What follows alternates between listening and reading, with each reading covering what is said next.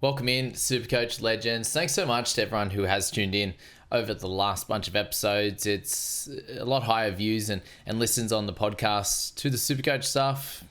Maybe it's all you fantasy guys that don't have the game out as yet. But for those that are Supercoach players and listening to me more, thanks so much. Let me know if you are new to the channel and the podcast this year. In the comments, that would be awesome. But we are moving into the halfback position, and it's going to be a pretty contentious topic. Last year, we had Cleary and Hynes at a much higher price, and this year they come in cheaper, a lot cheaper than that. That's for sure.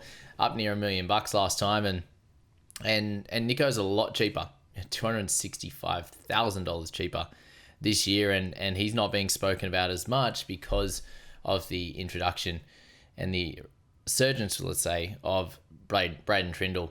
And then Cleary, is he going to be ready for round one as well? Big question marks. He doesn't have a noted superstar next to him in Jerome Luai. He has Blaze Talangi likely to be next to him. So both those guys probably are even better buys this year, just on price alone. And Cleary with his role and Nicho Hynes having a few issues in his game last year, which stopped him in that second half of the season from scoring really, really well. Let's go through all of these halfbacks and give my verdict on each of them. And with Nath, the pros are the price and the team is in. Not next to Luai anymore. That's the big one as well. And just the player that he is, he's absolutely incredible. And he's got a 10 out of 10 upside. So he's one of three guys, like I said, in Cleary, Hynes, and Tedesco with that 10 out of 10 upside.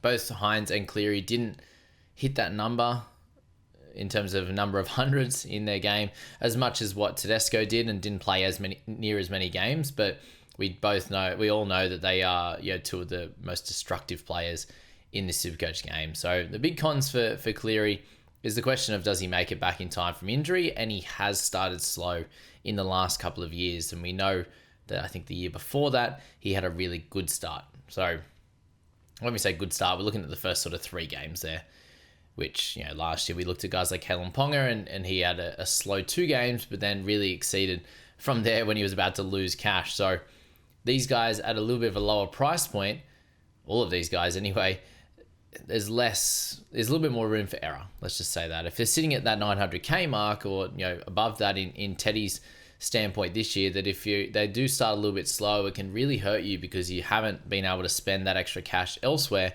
and leaves you a bit low on points and low on, you look at the depth in your side and you're like, oh, I'm a bit short on depth here, that's for sure. And you see people spending up a little bit more and getting some more luck because they're a better player, obviously, than you might be selecting a 400k guy over a 513 guy, Greg Marzu, for example, or near that Isaac Tungo or Campbell Graham in the center wings.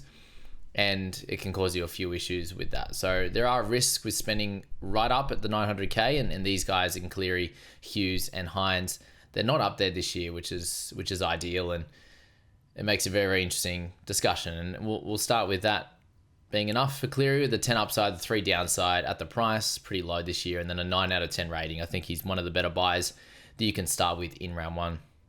For Jahrome Hughes, this was a tremendous season for him, and he got himself up to an 805k, and you can see there that how well he played, and Cleary's still more expensive than him, and that just shows the upside that he possesses, Nathan. When he does get on that park, even if he doesn't have a perfect start or doesn't have the perfect season, plays less games, he can still score incredibly well and be one of the best players in the game. With Hughes at 805k, he's an absolute attacking weapon in a great team as well. And he has the buy in round 2. So it's a little bit of a hurtful one for him. And it was a career year, whereas Hynes and Cleary have been ahead of where they're priced at right now. He doesn't have goal kicking as well, which slows him down as also. But the upside for him, it is at a 9.5 because he had a tremendous season and getting to this incredible average this year. The downside I see is still fairly low for him, but I have him at a 7.5 verdict. It's hard to have guys at that price on your bench in a round 2. And can he keep up with that when you've got Munster hopefully in pretty good stead and some really nice players down that left-hand side with Munster, with Blore, and with Jack Howarth down that left, along with Xavier Coates, obviously. So there's, plenty of good talent down that left-hand side, and they went right a lot more this year and expect it to spread a little bit more in this current season, this upcoming season. For Nicho Hynes, 735k, it's so cheap. As I said, 265 cheaper than last year. He's in a great team.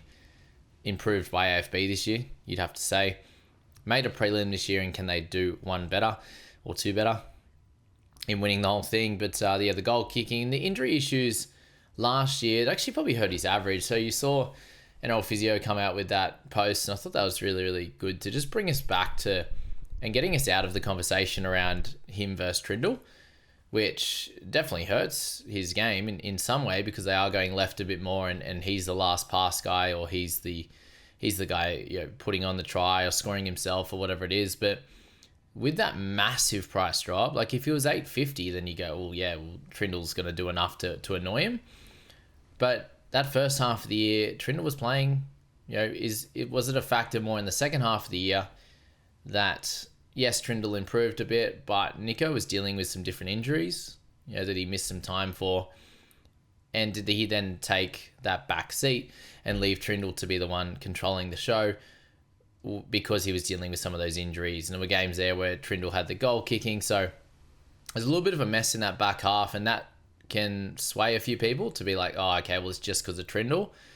But he also had a lot of issues with those injuries. And I think that can be a positive thing because he is a very cheap price. So look at that with Hynes, and he's got AFB running off him, and Nicho again, and guys like Jesse Raymond and Sione Katoa on that right-hand side. It's a tremendous team that he's looking at, and having another weapon that he can short ball to, I think is going to be very, very helpful in this side at a really nice price. So the upside is 10 out of 10. The downside's at 4 because he has Trindle, whereas Cleary has Talangi.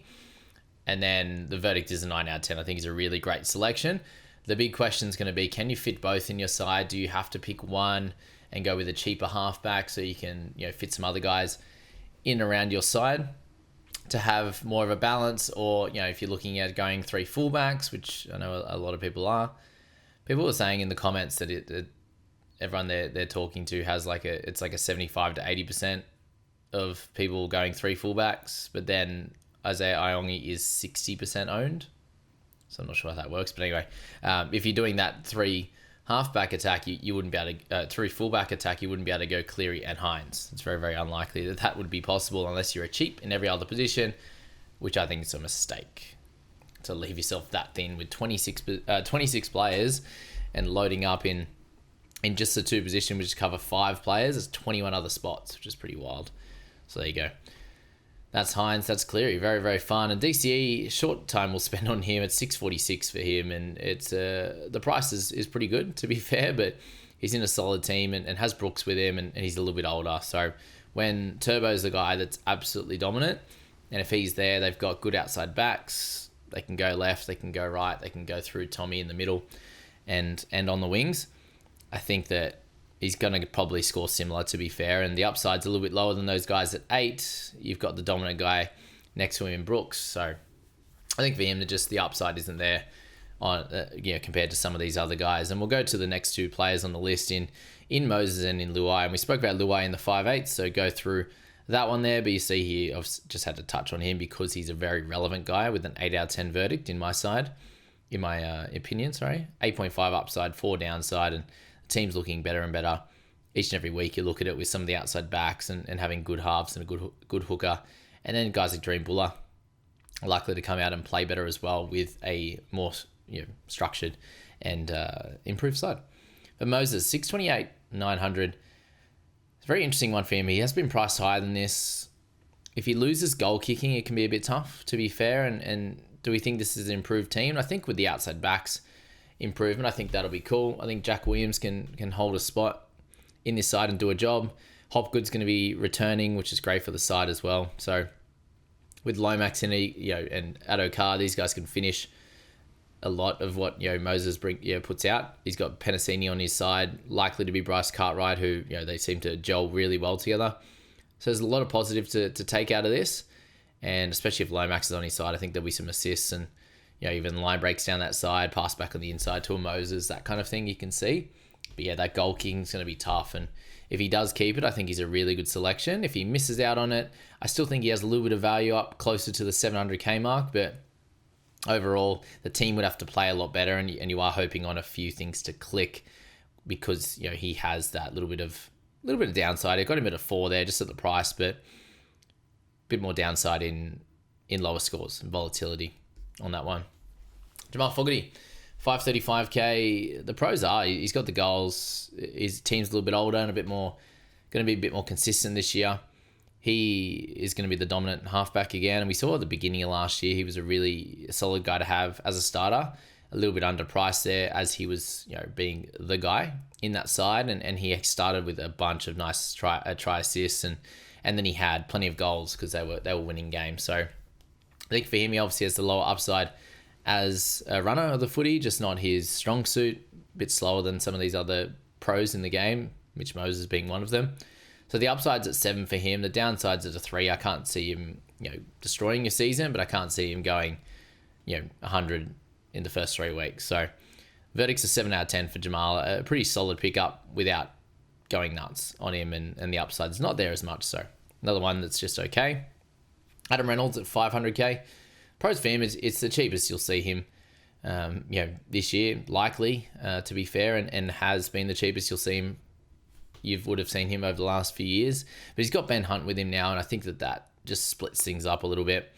Obviously, with kicking the footy for try assists on the line, it's going to be a part of it. Little grubbers and different things that can go through, and forced dropouts and all the like. It's going to be split between the two a little bit. Ezra would kick a bit, but I think it was used more as a runner, and Reynolds doing a lot more of the kicking. So that hurts him just on those couple of standpoints there.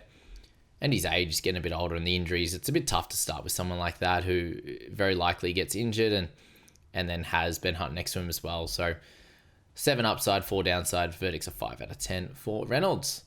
Toby Sexton, for him at 481, the pros are the team's improving massively, and it's the second year for him in that 7 role for the doggies. But I just to have Matt Burton in such high stead this year, and that's why I've got him. He's the con, Matty Burton, just with how good he is. And yes, they're going to use both sides because they've got a Crichton, Carraz, Preston combo on that right-hand side with Sexton. And that's where he's going to get a lot of his assists and the like. And then when he does swing back to that left and works with Burton there. But at 41, it's an awkward price for someone that you are hoping that they come out and get an improved role. So a 5 out of 10 upside for him. We haven't seen big scores. 4 out of 10 downside because he's not too expensive. And the verdict's 5.5 out of 10. Isaiah Katoa, we dropped right down under 400k at 390.7. For him, the pros are he's very, very cheap. And he's another year older, and it's crazy that he's still only 20 years old. He really played well in the Pacific Champs. As I said, he's just going to continue to improve.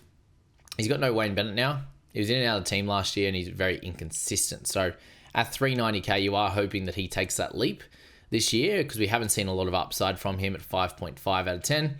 The downside of that price under 400k is a 3. It's very, very cheap. I do have him at a 7 out of 10 verdict because I believe that he will take a good step up this year and take control of that side, which is going to need him. Hopefully they've got Gilbert back, and hopefully we see Flegler at one point just to help him out with some go forward. But with Plath there as well, building, and hopefully Jeremy Marshall King there to lead them around, I think they'll have a solid enough season for him to do well enough. Lockie Ilias just got back into training, which was good after breaking his tibia. So that's great news for Dragons fans there. But for Ilias, with that one, the pros are that he is fairly cheap. He's back starting likely. I just had a quick check. Did I forget? Did I do Flanagan? Is he in the 5/8? Yeah, I did. All right, cool. I was just checking. I was like, did I forget Flanagan? But anyway, he's going to partner Flanagan in the halves for the Dragons, most likely. They don't really have any other options, to be fair, but he's very, very cheap. I do think I would prefer Flanagan over Ilias, just because I think he'll lead the team a little bit more. And Ilias hasn't shown the upside in attacking stats that I think you do need from a few of these guys. And if we're expecting Val Holmes on that left-hand side, then that's going to only going to be more helpful for Flanagan if he's continuing to stay on that left. We'll have to see which way they go. Ilias has typically played right, so I think that's the way they'll play it. So Flanagan's the guy for me over Ilias if you want to grab someone. He is 50 odd K cheaper. Ilias is than Flanagan, but a 4 upside with very limited attacking stats. The 3 downside, I've got him at 6.5 just at price. I think he'll be fine, but no real upside there. He'll just be a bit of a plotter. But Lewis Dodd, 336, much more interesting of a player for sure. Comes into a pretty decent team, or what should be a decent team, especially on paper. he's got 84 games experience at St. Helens, and he had that drop goal to beat the Panthers in the World Club Challenge a few years ago. So he's got big game experience, which is great in a good team at St. Helens. He's got the pace. He's a smaller guy at 5'9", 83 kilo, but that helps him slice through defenses, obviously, is what we've seen from him in highlight packages, that's for sure. And the cons could potentially be that smallness in defense and then acclimatizing to Aussie conditions, which a lot of the English players do struggle with. We do see the sort of the outside back seem to do, the edge back rowers, I should say, seem to do fairly well. A la Elliot Whitehead and sort of those middles in the Burgesses have done pretty well, but a lot of the outside backs have struggled a little bit. So we'll have to see how that one plays out in the halves there that do struggle as well. But 7 out of 10 upside for him, just because he has a lot of those attacking stats in him, and in a team that could be pretty fun. He's going to be the young buck in that spine. I think he can do a pretty good job at 336. The price is lovely. Downside of that price, I don't see much. It obviously would just fill a spot in your halfbacks position, which is pretty important. So I've got him at a 7 out of 10, and I think currently he's in my preseason side after doing a little bit of a change and moving Sandon Smith up to hooker. But yeah, that could change every week, I'd imagine, until trials and season starts. But he's one of those guys. Just watch him in preseason trials, and if he looks great, and he looks like he's going to get the spot, then he could easily be in your side. Tanner Boyd's up next at 329. Got the jewel, obviously, as well. We did speak about him in that video, so go back and check that out. But he's going to be an interesting one just to watch in those trials. And is he going to be the number 7? Lots of questions on that front. So 6.5 for Tanner. If he gets the spot, we're pretty decent. And Jamie Humphries, same sort of situation. He's fighting for that 7 spot with Dodd. And we've heard a lot about him in the preseason. Obviously, photos of his rig and those big cannons, that's for sure. And everyone's talking about him all on that front, and on their socials. So is he the guy that's in front? That's going to be the big question. But he got 1 game last year and he picked up 100. So he has upside, that's for sure. But is that a flash in the pan? Is that something that we can expect every now and then? Potentially. But he's in a fun team, and is he third in line? They're the questions. So 7 upside, 4 downside, 6.5 out of 10. For the verdict, if he gets that spot, I think he'll be in a lot of people's sides, but there is still worries on him keeping it.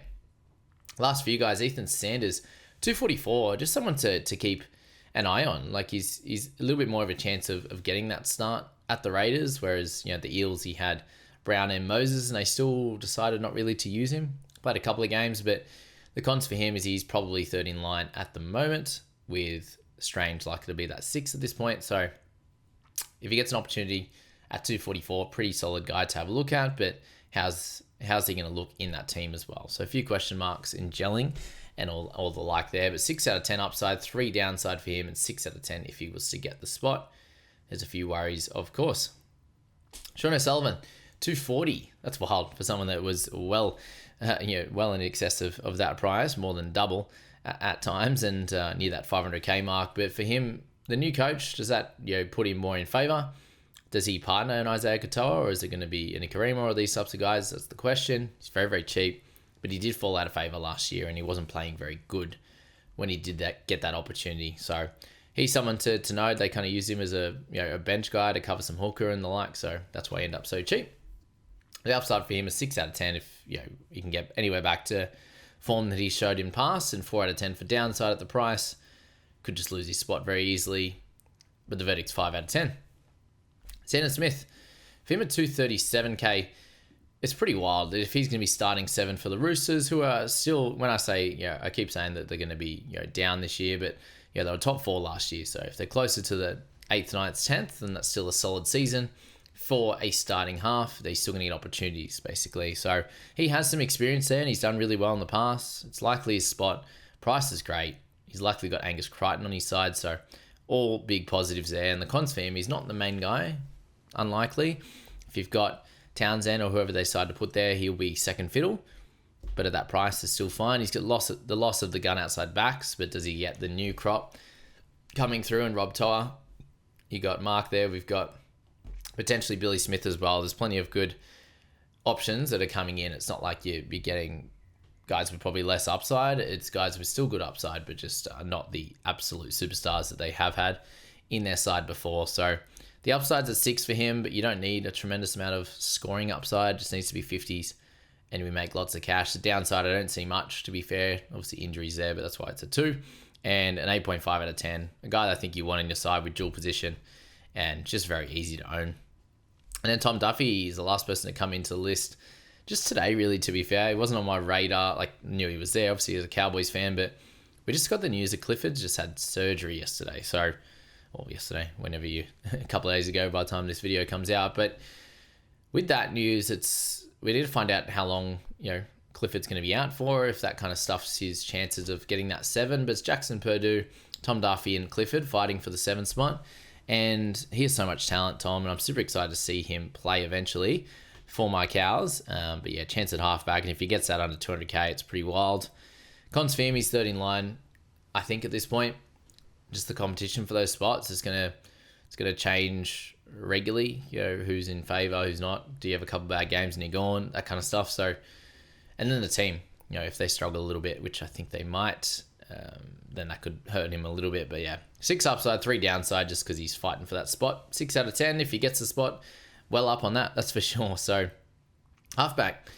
What do you think of that overall, basically? You've got a couple of guys up top that I think there's a lot of importance with. There's a few guys around that sort of 580, 600 odd with Moses and then Fogarty a bit cheaper. And then you got these guys under 400k in Katoa, Ilias, Dodd, Flanagan, Tanner Boyd, Humphreys, Sandon Smith, lower. Like, there's heaps of different ways you can go about it. Do you have enough for 2 guns? Do you have enough for a gun and that under that 600k guy? Do you have the gun and Sandon Smith? Do you get the gun and the 300 or 400k guy? A lot of different ways to play it. Do you instead go a gun, so go Cleary and Sandon Smith, and then have Nicho Hynes in flex? That's not bad at that price point. Could definitely be an option if you wanted to play that one in the halfback rather than everyone going 3 fullbacks. If that's the way you want to play it, I think that works well also. So yeah, plenty of things to think about with that Cleary injury recovery cloud. Like, if he's out, it probably makes the decisions easier. Hynes maybe losing some control to Trindle. Is it mid-range central in the halfback and you spend more cash elsewhere? It could also backfire that way. And there's plenty of cheap guys to pair one of the top guns with, as I said. So nothing's changed too much with the strategies that I wrote a couple 2 to 3 weeks ago there. It's a fun position, as always, and it's going to have times this year where it's going to be very, very important that you have 2 guns there, and there might be other times where it's like, nah, just get the cashy and spend up in other spots and build a bunch of different quality players and spread the cash a little bit. I think it's going to be happen at times as well. So a very fun position as always. Let me know your thoughts on that one. If you are new to my channel as well, there is a private group. Information all down in the description. Has Supercoach stuff, it's going to have fantasy stuff. So my best buys ranked weekly and all the rest there. And you'll get all of my inside knowledge with other guys that are really good at Supercoach as well. It's not just fantasy. So if you're interested in that with prizes and everything else, head down into the description. It's all there. And we'll catch you in the next Supercoach video, which is going to be the second row forward, which is huge.